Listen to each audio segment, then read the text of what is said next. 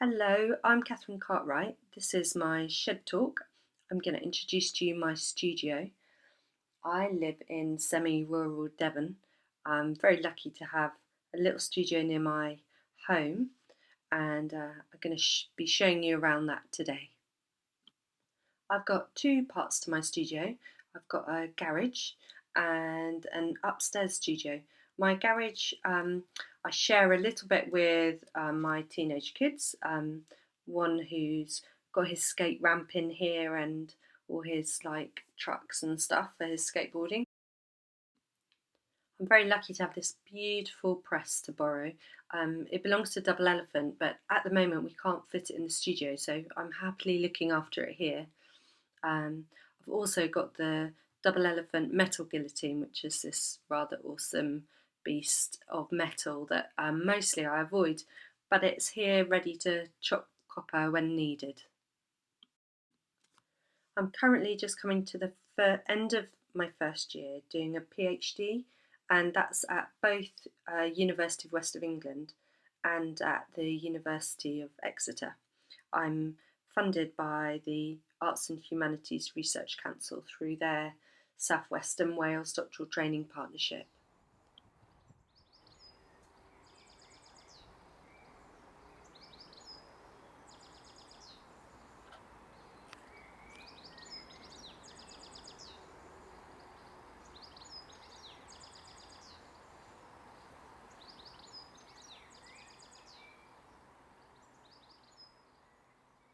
It really is the most unbelievable opportunity and privilege to now be able to spend the next 3 to 4 years researching a subject of my choice, which I'm going to be telling you a bit about a little bit further on in this talk.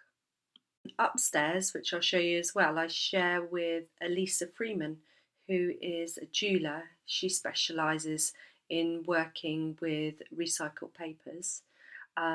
We met during our respective MAs at the University of West of England, where she was doing an MA in design and I was doing my MA in multidisciplinary printmaking. So during lockdown, as you can see, this has not been a bad place to be at all. We're very lucky here in our bubble. I've mostly been getting on with reading and writing side of things, but just recently I've been persuading myself to have a bit more of a play.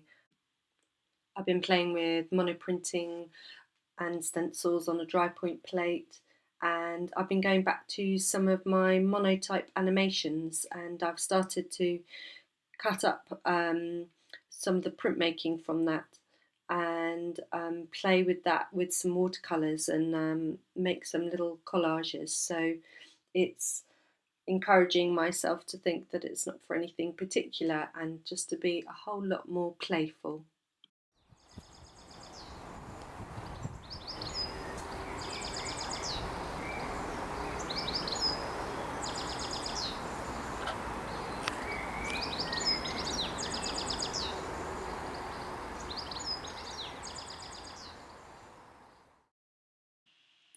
As well as being a bit more playful in my studio, um, it also serves as a brilliant project space for when I have particular commissions.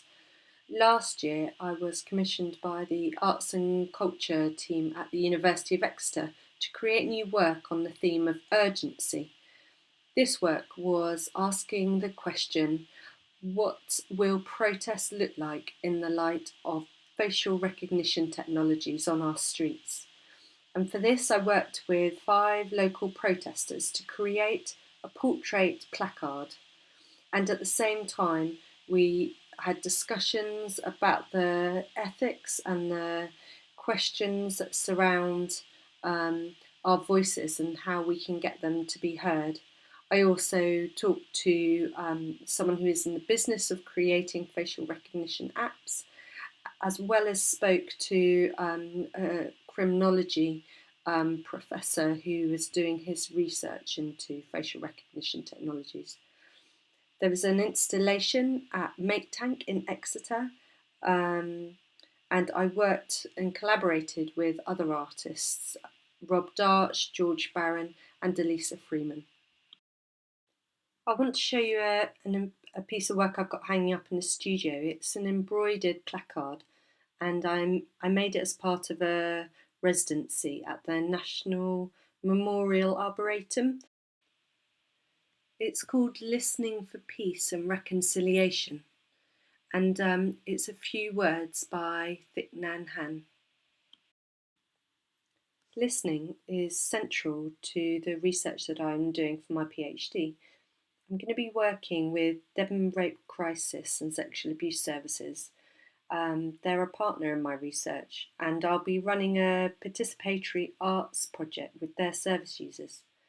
Now, this is developed out of work that I did during my MA at UWE, and I'm digging deep and looking and seeing exactly what the dynamics are like between artist and participant.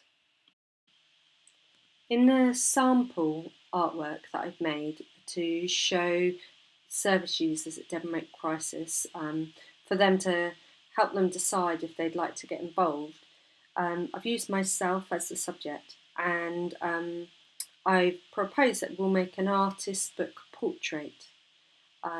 There's much that I would want to say about this, but it's significant that it's an artist book that then will belong to them, that they can fit in their pocket, they can choose who they show it to, and issues around informed consent are really important in the research, looking at how I can ensure that that's the case and that that continues to be the case throughout the art project.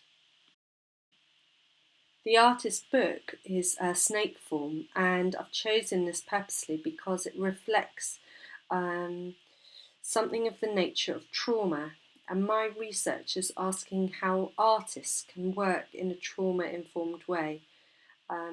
Trauma causes chaos and disorder, rather like when you first open one of these snake forms, and then slowly it unfolds out to create perspective and order.